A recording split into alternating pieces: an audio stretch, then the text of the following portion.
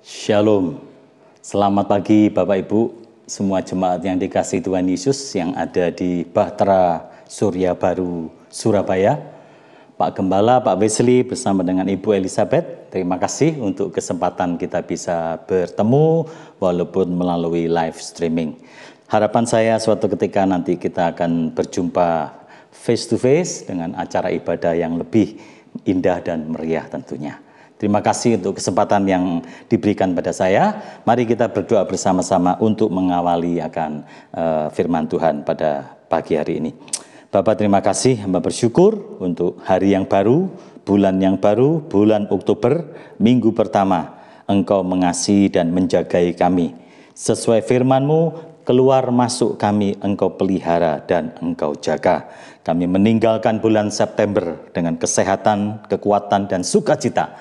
Memasuki Oktober juga dengan hal yang sama. Terima kasih, kami akan mendengarkan firman-Mu, berbicaralah kepada setiap kami tanpa terkecuali. Tolong hamba-Mu dengan segala keterbatasan tutur kata lidah bibir manusia, hikmat-Mu turun pada setiap kami. Berkati semua jemaat-Mu yang menonton ataupun yang ada di tempat masing-masing. Engkau ada. Roh Kudus, beracaralah di tengah-tengah kami. Dalam nama Tuhan Yesus Kristus. Haleluya. Amin. Amin. Shalom Ibu Bapak yang dikasihi Tuhan Yesus. Sedikit mungkin menjadi satu peringatan untuk saya, tentunya juga untuk kita harus sedia untuk melayani Tuhan. Pastor Wesley beberapa hari yang lalu menghubungi saya, ya boleh dikatakan hari Kamis atau hari apa itu ya, jadi mepet ya, tapi kita harus tetap sedia baik atau tidak baik waktunya untuk menyampaikan firman Tuhan ya. Jadi karena itu pada pagi hari ini saya bisa sharing di hadapan Bapak Ibu semuanya. Mari kita bersama-sama membuka ayat di dalam Amsal pasal 24 ayat yang ke-10. Satu ayat saja, jadi ini akan menjadi satu memori, satu bahasan kita pada pagi hari ini. Amsal 24 ayat 10, demikian firman Tuhan, jika engkau tawar hati pada masa kesesakan, kecillah kekuatanmu. Jika engkau tawar hati pada masa kesesakan, kecillah kekuatanmu. Saya percaya ayat ini pasti akan memberkati Ibu Bapak semuanya, sebagaimana juga memberkati saya.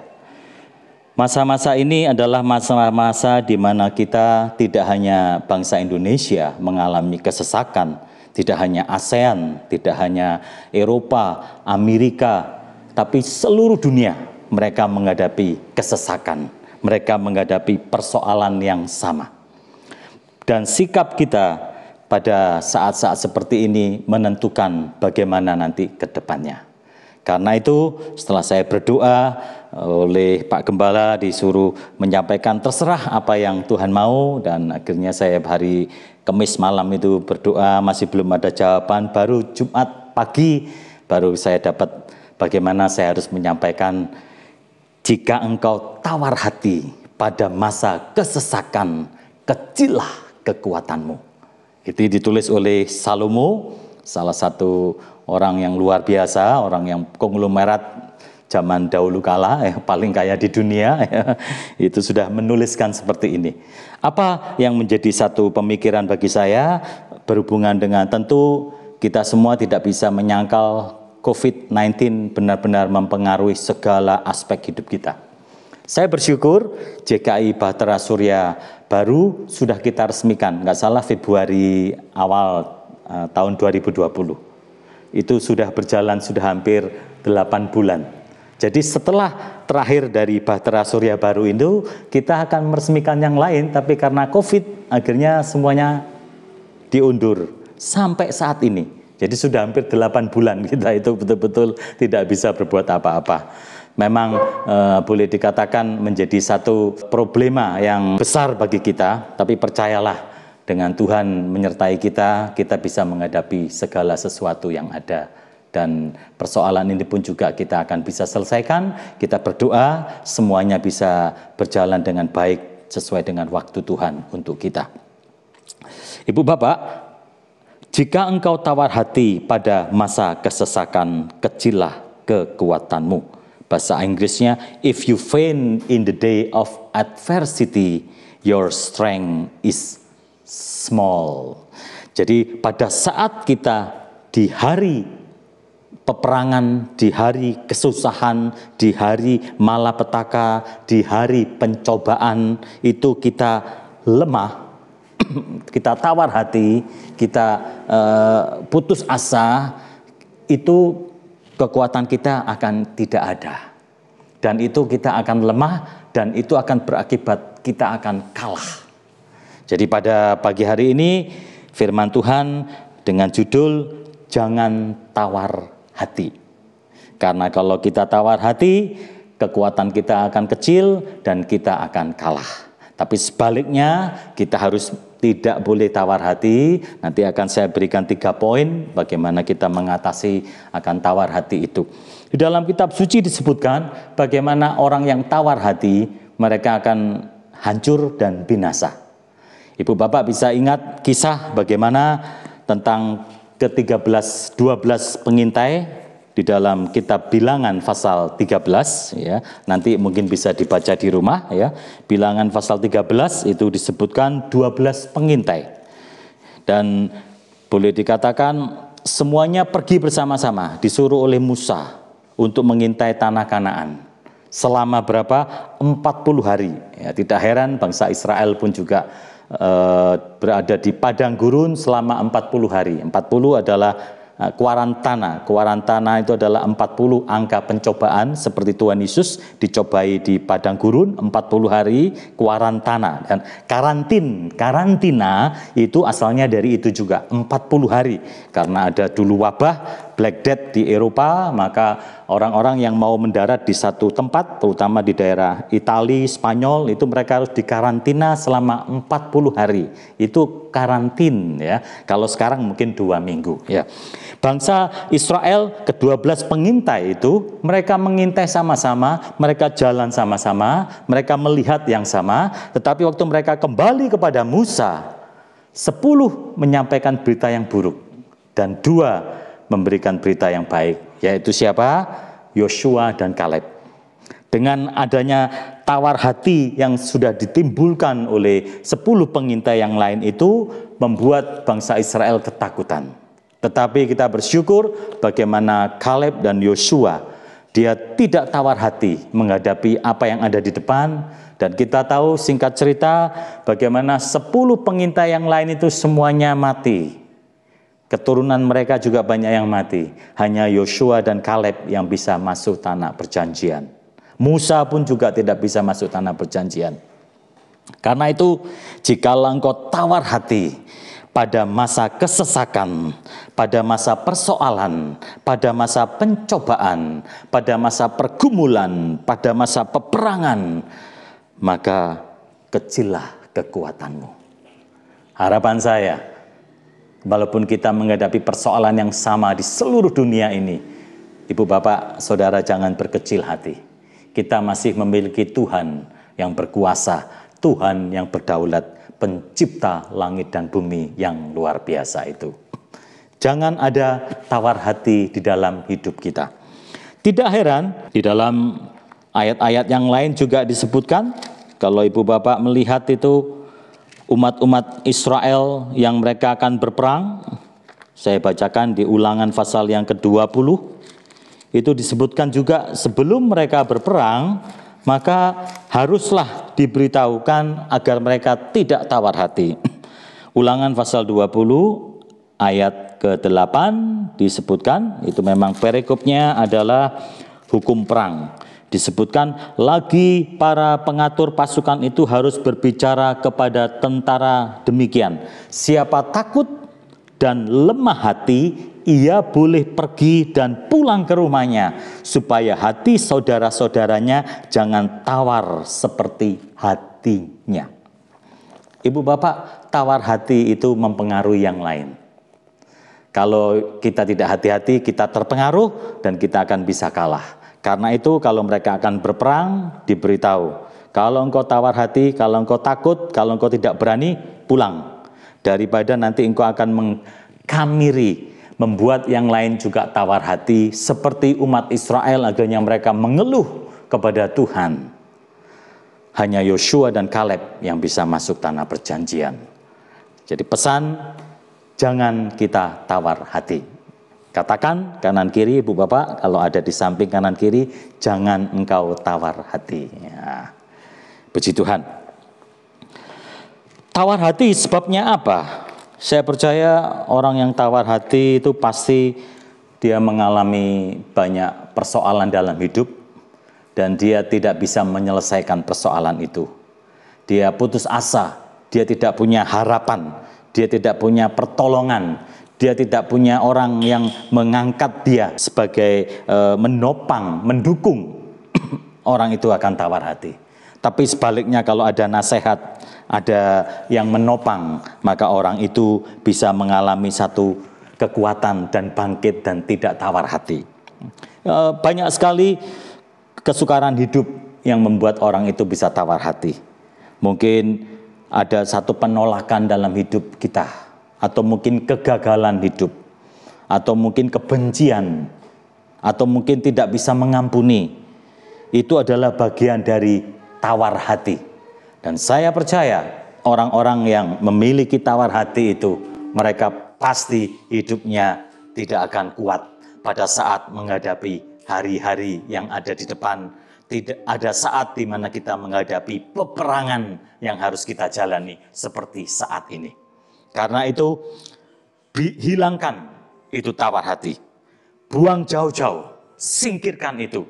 Jangan sampai tawar hati itu meracuni hidup kita dan akhirnya kita tidak memperoleh kekuatan untuk mencapai hari depan yang sudah Tuhan berikan bagi kita, kemenangan demi kemenangan. Dalam Amsal 18 ayat 14, satu ayat yang indah sekali dikatakan demikian. Amsal 18 ayat 14, orang yang bersemangat menanggung penderitaannya. Orang yang bersemangat dapat menanggung penderitaannya, tetapi siapa yang memulihkan semangat yang patah? Jadi orang yang bersemangat, dia dapat menanggung penderitaan, tetapi siapa yang akan memulihkan semangat yang patah? Ibu Bapak, tawar hati berbicara mengenai ketidakberdayaan diri kita. Saya percaya setiap kita memang tidak berdaya menghadapi apa yang terjadi di dunia ini. Tetapi bersyukur bersama dengan Tuhan Yesus dan Roh Kudus, Dia memampukan kita untuk kita bisa mengatasi dan kita menang terhadap apa itu tawar hati ataupun apa itu persoalan-persoalan hidup yang kita hadapi. Dalam bahasa Inggrisnya dikatakan demikian, the spirit of man will sustain him in sickness. Jadi spirit, roh, semangat manusia itu akan mempertahankan dia di dalam kesakitan. Sustain him in sickness. Kemudian, but who can bear a broken spirit? Tapi siapa yang dapat menahan roh yang terluka atau roh yang hancur atau roh yang sudah patah? Karena itu kita perlu kuat di dalam menghadapi persoalan ini. Kekuatan itu akan muncul pada saat kita bukan pada waktu yang baik atau pada waktu momen yang indah atau pada waktu momen yang enak. Bukan itu. Tapi pada saat yang kritis, pada saat yang buruk, pada saat yang sangat-sangat gelap dalam hidupmu, disitulah kekuatan itu akan muncul. Karena itu kita perlu mempunyai satu sikap untuk kita terus mengandalkan Tuhan. Jangan biarkan untuk kita menjadi tawar hati, ataupun kecewa, ataupun putus asa, ataupun berbeban berat, ataupun mengalami depresi yang tidak berkepanjangan, dan kita akan mempengaruhi yang lain. Dengan kita bisa melihat kepada contoh yang kitab suci katakan tadi, maka sekali lagi kalau engkau menghadapi persoalan, jangan kau tawar hati. Karena tawar hati itu akan meracuni hidupmu, dan membuat engkau tidak bisa mencapai kepada kemenangan dan keberhasilan. Mungkin Ibu Bapak pernah dengar satu kata atau satu nama, namanya J.C. Penny. Ya. Di Indonesia mungkin tidak terlalu terkenal, tapi kalau orang di Amerika mereka pasti tahu J.C. Penney, Jim Cass Penny. Siapa orang ini? Ya, dia adalah orang biasa, ayahnya seorang pendeta, tapi yang sangat luar biasa adalah bagaimana J.C. Penney ini memulai karir dari hidup yang sederhana. Dia menghadapi persoalan yang begitu berat, begitu banyak, tapi dia bisa berjuang dengan usaha yang luar biasa, berkat pertolongan Tuhan juga. Sampai pada waktu Amerika mengalami resesi sekalipun semuanya habis, dia pun juga habis, tapi dia tidak menyerah. Bahkan setelah Perang Dunia Pertama selesai, resesi tahun 1930 sampai 33 selesai, barulah J.C. Penney itu bisa bangkit di usia yang ke-60. Kemudian dia menjadi orang yang berhasil ya sampai dia meninggal usia 96 tahun. Halo, usia 96 tahun dia meninggal dunia ya, tahun 1971. Dia lahir tahun 1875. Waktu dia meninggal, Ibu Bapak jangan terkejut, Norman Vincent Peale, salah satu tokoh yang luar biasa sekali di New York, dia sengaja dipakai untuk memberkati eulogi, untuk memberitakan firman Tuhan pada pemakaman dari Jim Cass Penny ini, ya, dimakamkan di Woodland Cemetery di Bronx. Dia menyampaikan 4 poin. Apa ditanyai? The greatest motivator in his life. Motivasi yang terbesar di dalam hidupnya apa waktu dia ditanya? Dia hanya jawab dengan 4 perkataan, Ibu Bapak. Ingat baik-baik, yang pertama perkataan itu adalah Jesus Christ.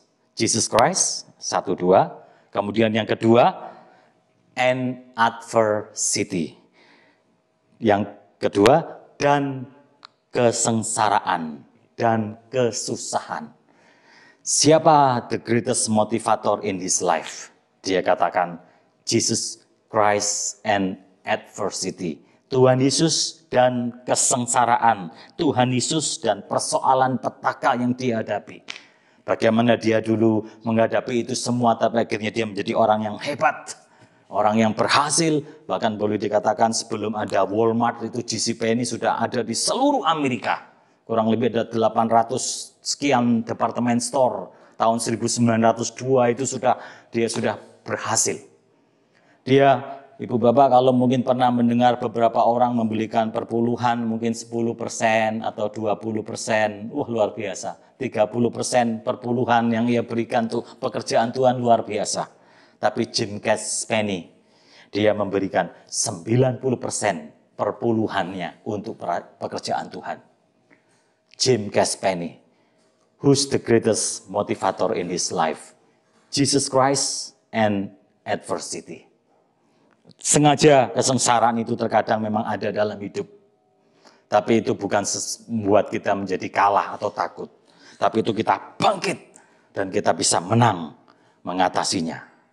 Dan saya percaya COVID-19 bukan dari Tuhan. Karena Tuhan Yesus pasti mengasihi, dia rela mati untuk isi dunia. Dari musuh, dari iblis, dari sakit penyakit yang sudah bercampur menjadi satu, akhirnya merusak tatanan kehidupan manusia. Sekali lagi, COVID-19 bukan dari Tuhan.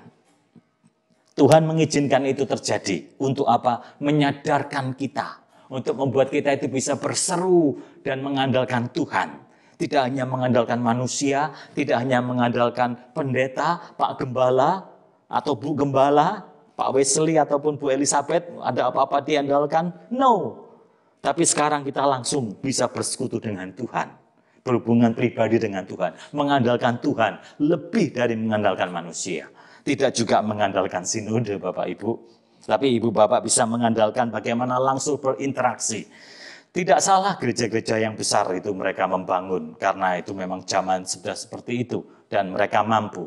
Tapi kalau sekarang kita lihat gereja-gereja yang besar, sepertinya mereka tidak berdaya. Sepertinya mereka sudah tidak memperoleh sesuatu yang maksimal dengan perjuangan mereka dahulu membangun. Bahkan gereja-gereja yang besar, permisi kata, expenses, pengeluaran terlalu besar. Dan akhirnya mereka jadi harus gali lubang sana-sini. Tapi gereja yang kecil yang mereka masih tetap bisa jalan. Saya rasa di sinilah keajaiban Tuhan. Di balik semua tragedi yang ada ini, Tuhan masih berdaulat. Dan kita bisa berseru memanggil nama Tuhan. Dan kita juga bisa bersatu dengan segala teknologi yang ada. Kita bisa Zoom, bisa live streaming, bisa apa saja, kita bisa langsung berhubungan dengan dunia di sekitar kita.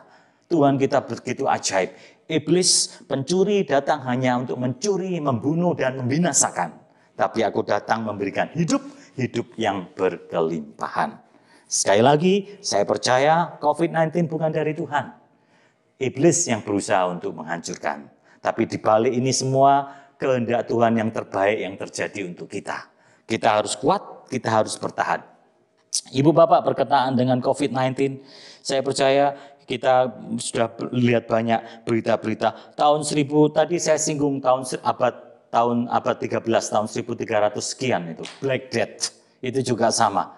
Mati hampir Eropa itu hampir 2/3 penduduk Eropa meninggal dunia. Kemudian juga ada lagi wabah tahun 1720 dari Prancis, dari Marseille, ya, bagian selatan, ya, itu bagian yang cantik dari Côte d'Azur. Jadi itu adalah salah satu pantai selatan Prancis yang sangat-sangat bagus itu. Dari situ juga muncul dulu tahun 1720 sama. Itu juga tragedi seperti ini, cuman Ibu Bapak mungkin tidak membaca, tidak mengenalnya dengan lebih detail, ya. Saya lihat itu catatan itu tahun 1720 itu hampir 100.000, ya. Waktu itu masih belum banyak penduduk dunia dan juga belum banyak penduduk di Perancis, ya. Di Marseille itu jumlah penduduk hanya 50.000, ya. Tapi banyak sekali yang meninggal, dampaknya sampai 100.000, ya. Berarti ada pendatang-pendatang dan orang-orang asing yang kapal-kapalnya berlabuh di pelabuhan Marseille yang sangat terkenal itu. Dari situlah revolusi Perancis tahun 1778 sampai ke Paris. Mereka harus jalan kaki kurang lebih hampir 600 km, ya. Lagu Marseille, lagu kebangsaan Perancis tahun 1720. Dan itu selesai 6 tahun, Ibu Bapak. 6 tahun gitu, ya. Itu baru selesai sakit sampar itu, ya. Lalu tahun 1820 terjadi lagi kolera.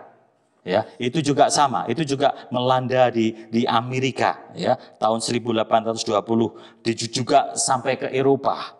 Dan boleh dikatakan hampir 100.000 orang meninggal. Sama.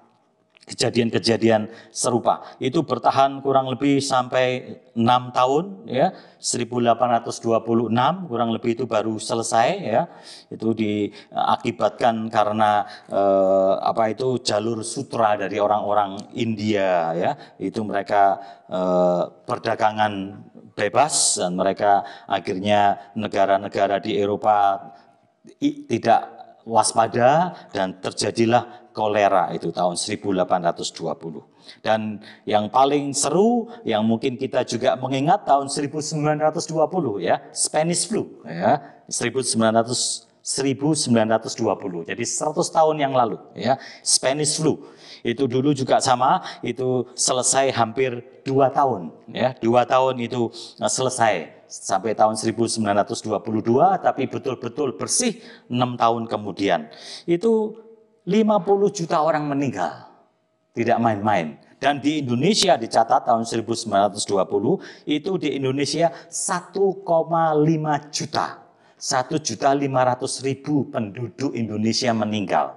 Kita masih pada zaman kolonialis dari Belanda.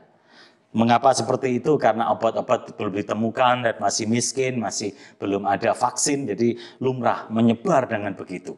Jadi kita sudah mengalami masa-masa kesesakan itu. Kita sudah pernah mengalaminya, ya. Dan saat ini tahun 2020. Jadi life is circle. Hidup itu adalah berputar seperti jam yang berputar. Itulah hidup kita. Kita lahir dari bawah, naik jam 12, jam 1, jam 2, kembali lagi kita akan kembali ke bawah. Waktu kita juga sama. Waktu ini tahun 1720, 1820, 1920, dan tahun 2020. Jadi sepertinya itu circle ini terjadi lagi.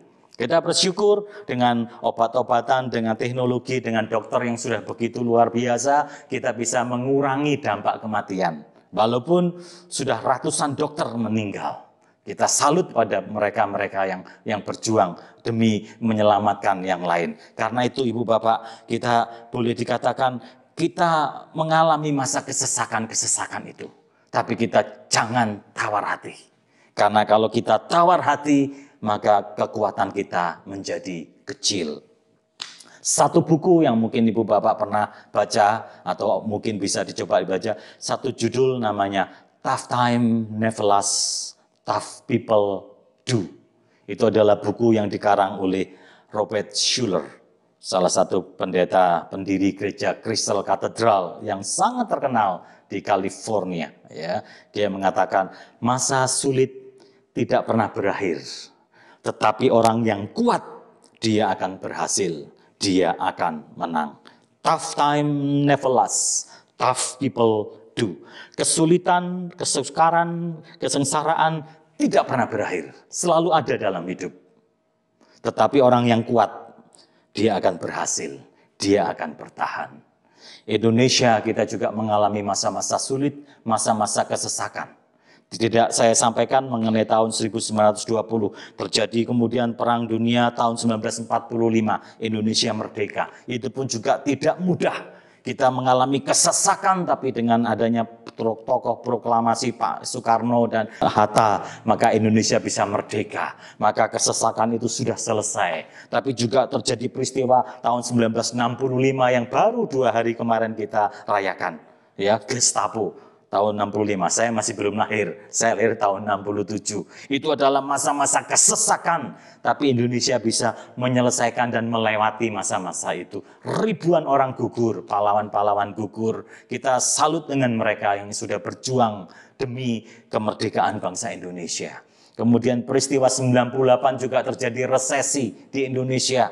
Dolar begitu tinggi, itu adalah masa kesesakan juga yang harus dihadapi oleh orang-orang yang hidup. Dan bagaimana kesesakan tahun 98 itu mengakibatkan Orde Baru habis, almarhum Soeharto lengser akhirnya, kemudian ganti lagi masa yang lain dan berjalan terus sampai sekarang, sampailah pada tahun ini, tahun 2020. Kita pun juga mengalami kesesakan yang sama. Kita tidak usah takut, tidak usah khawatir. Karena apa? Karena Tuhan selalu menyertai kita. Karena Tuhan beserta dengan kita. Ibu Bapak, jangan kita tawar hati, kecut hati, kecewa. Karena apa? Karena itu akan membuat kita tidak berdaya dan kita tidak memperoleh janji-janji Tuhan. Ada 3 poin yang perlu saya sampaikan secara singkat, ya. Cara untuk kita tidak mengalami tawar hati. Yang pertama jelas pujian syukur. Kita tidak ngomel, tidak komplain, kita tidak bersungut-sungut, tapi kita mengucap syukur pada Tuhan. Apapun yang terjadi tanpa seizin Tuhan tidak akan terjadi. Jadi kita tahu bahwa Tuhan bekerja dengan luar biasa. Pujian syukur dalam hidup kita itulah yang akan menguatkan kita. Ya. Sehingga apa? Sehingga pada saat kita menghadapi kelemah, letih, lesu, dan juga kesesakan, kesengsaraan itu, kita masih ada nyanyian-nyanyian sukacita. Amsal 17 dikatakan ayat 22, hati yang gembira adalah obat yang manjur, tetapi semangat yang patah mengeringkan tulang. Wah, luar biasa sekali. Hati yang gembira adalah obat yang manjur. Puji-pujian syukur adalah obat yang manjur, tetapi semangat yang patah mengeringkan tulang. Merry heart does a good like medicine, but a broken spirit dries the bone. Broken spirit, roh yang pecah, roh yang terluka tadi itu akhirnya membuat tulang itu menjadi kering. Kalau tulang itu kering, berarti dia bisa dipatahkan. Tapi selama tulang itu kuat, dia tidak bisa dipatahkan. Kita bisa gerak, kita bisa fleksibel karena apa? Karena tulang ini bukan tulang kering.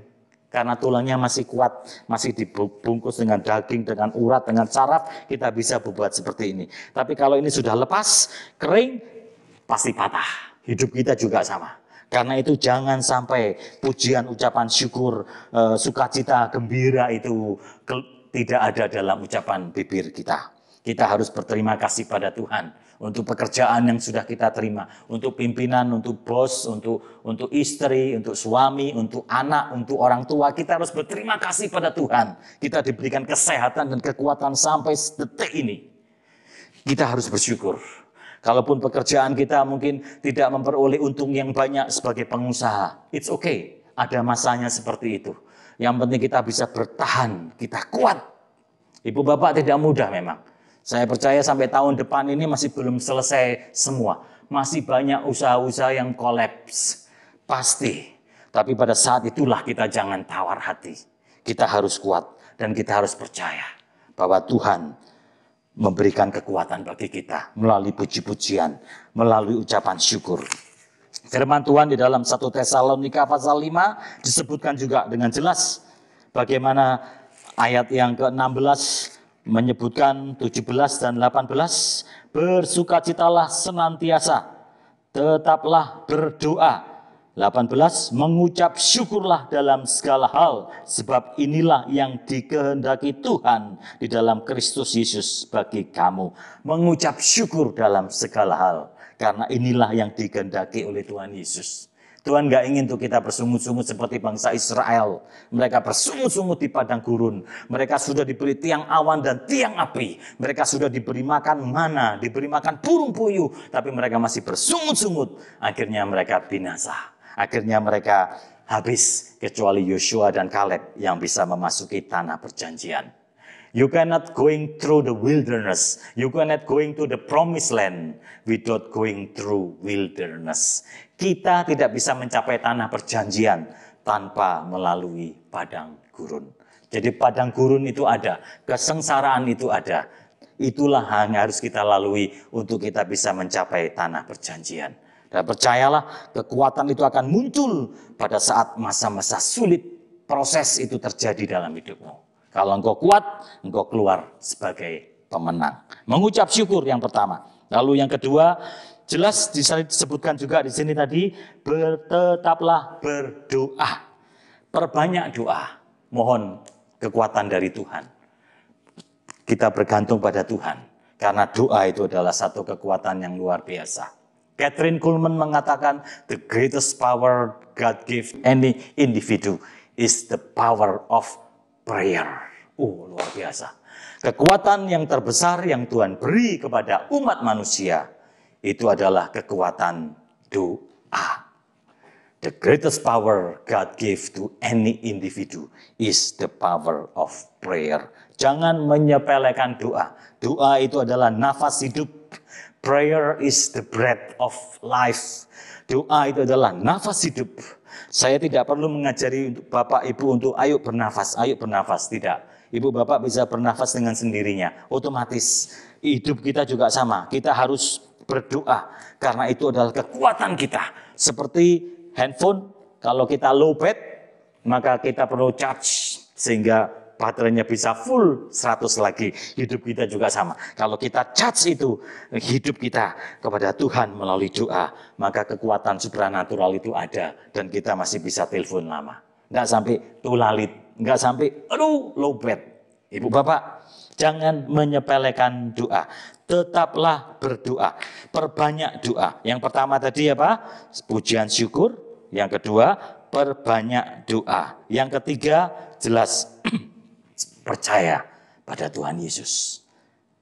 Percaya pada Tuhan Yesus lebih dari segalanya.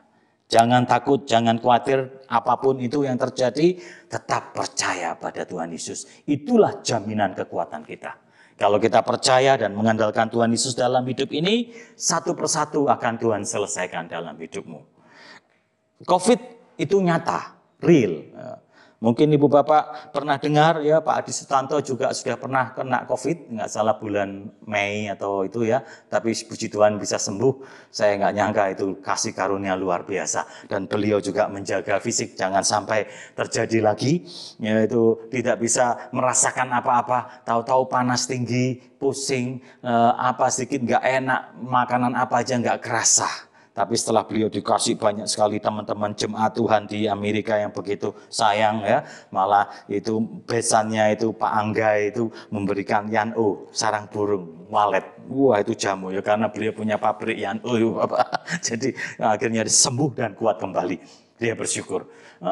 Satu yang mungkin Ibu Bapak nggak tahu banyak, ya kita memang tidak memberitakan dengan begitu santer. 14 September, jadi 2 minggu yang lalu boleh dikatakan, kakak Pak Adi Sutanto, yang paling besar yaitu Ibu Daud, umurnya 78 tahun, lalu kakak satunya lagi, atasnya Pak Adi Sutanto, 74 tahun, Bu Herman. Dua-duanya juga kena COVID dan akhirnya kembali ke rumah Bapak, mengakhiri tugas. Hari Minggu saya dikabari kalau sakit, tapi Senin sudah tidak ada. Selasa, satunya lagi juga tidak ada. Dua-dua, kakak dari Pak Adi Sutanto. Waktu saya telepon beliau, dia nggak bisa berkunjung ke Indonesia, bagaimana lagi? Langsung dikuburkan hari itu juga. Bapak, itu nyata. Kita tidak bisa menyepelekan. Karena itu untuk masker ya seperti ini harus kita pakai untuk kita menghindari. Kalau saya di tempat ini saya nggak perlu pakai ini Bapak, karena itu saya lepas. Tapi kalau di tempat umum usahakan pakai, interaksi jaga jarak. Karena kalau itu terjadi, saya nggak bisa mendescribe-nya, menjelaskannya. Pendeta kita banyak juga yang meninggal kena COVID. Kemarin di Pati, Pak Daniel juga itu kena COVID. Lalu ada beberapa, tapi tetap kita percaya pada Tuhan Yesus. Yakin bahwa Dia Tuhan yang menjagai kita. Percaya pada Tuhan Yesus, lepas dari segala persoalan yang kau hadapi, lepas dari kesengsaraan ataupun perjuangan yang ada di depanmu. Jangan engkau tawar hati. Hidup kita, firman Tuhan katakan di dalam 2 Korintus pasal 5. 2 Korintus pasal 5 ayat yang ke-7, hidup kami ini adalah hidup karena percaya, bukan karena melihat. Jadi kalau kita percaya pada Tuhan Yesus, walaupun kita tidak melihat, kita akan mengalami bagaimana tangan Tuhan yang luar biasa itu menyertai kita. Sebagaimana Lazarus dibangkitkan oleh Tuhan Yesus. Lazarus sudah mati selama 4 hari. Tapi Yesus berkata, percayalah engkau kepadaku. Dan akhirnya Lazarus mengalami kebangkitan. Mari kita buka ayat yang terakhir. Yohanes pasal yang ke-11. Lazarus dikatakan demikian, bukankah sudah kukatakan kepadamu, jikalau engkau percaya, engkau akan melihat kemuliaan Tuhan. Jadi Yesus ingin kita percaya lebih daripada melihat dulu. Kalau dunia melihat baru percaya. Seeing is believing, itu sudah didengungkan oleh seluruh dunia. Melihat baru percaya, tapi oleh Tuhan Yesus percaya, barulah engkau akan melihat. Apakah ibu bapak percaya Yesus mengasihi saudara dan mati di kayu salib untuk saudara? Dia menyediakan tempat yang sudah banyak. In my father house many mansion. Di rumah Bapakku banyak tempat tinggal. Percayalah kepadaku, aku akan datang dan menyediakan tempat bagimu. Kita perlu percaya, bangun percaya diri dalam hidupmu untuk melihat kemuliaan Tuhan itu akan terjadi. Dan sebagaimana Lazarus, akhirnya mereka percaya dan Lazarus yang dari kubur itu dia bisa bangkit. 25 step tangga itu dia bisa naik ke atas, dilepas itu kain kafan dan Lazarus bisa hidup. Yesus sudah mati di kayu salib untuk menebus segala dosa, sakit, penyakit, kutuk, apapun itu juga. Dan pada pagi hari ini pun juga sama. Kalau engkau percaya kepada Tuhan Yesus, apapun persoalan masalahmu, sakit, penyakit yang engkau alami, datang pada Dia. Bangkitkan percayamu kepada Tuhan. Kuatkan imanmu. Maka engkau akan keluar, engkau akan memperoleh hari depan yang penuh dengan harapan. Puji Tuhan, kita akan berdoa bersama-sama pada kesempatan kali ini. Bapak, terima kasih, hamba bersyukur untuk waktu yang sudah selesai. Tanda kami terbatas, kami tidak berdaya. Tapi Engkau Tuhan yang tidak terbatas. Melalui Roh Kudus-Mu, Engkau beracara, menjamah, menolong, menguatkan bagi semua anak-anak-Mu yang terkasih di Bahtera Suara Baru ini Tuhan. Terima kasih Tuhan Yesus. Engkau terus menjagai akan Pak Gembala bersama dengan Ibu dan juga semua pengurus yang ada. Sehingga gerejamu Bahtera Surya Baru ini akan menjadi satu sarana yang luar biasa. Satu tempat di mana hadirat Tuhan nyata dan terjadi pencurahan manifestasi rohani yang luar biasa. Kami bersyukur sekali lagi Tuhan. Kami percaya kelak Engkau pertemukan kami kembali dalam keadaan yang lebih indah. Kami tidak mau tawar hati, tapi kami mau tetap untuk terus bersuka cita. Berterima kasih, pujian, bersyukur. Kami tetap ingin berdoa, ingin mengucapkan doa-doa kami kepadamu. Dan terlebih lagi kami percaya kepada Engkau, Tuhan yang berdaulat atas langit dan bumi. Terpuji namamu. Dalam nama Tuhan Yesus Kristus, hamba-Mu bersyukur dan berdoa. Kita yang percaya bersama-sama mengatakan, Amin. God bless you. Shalom.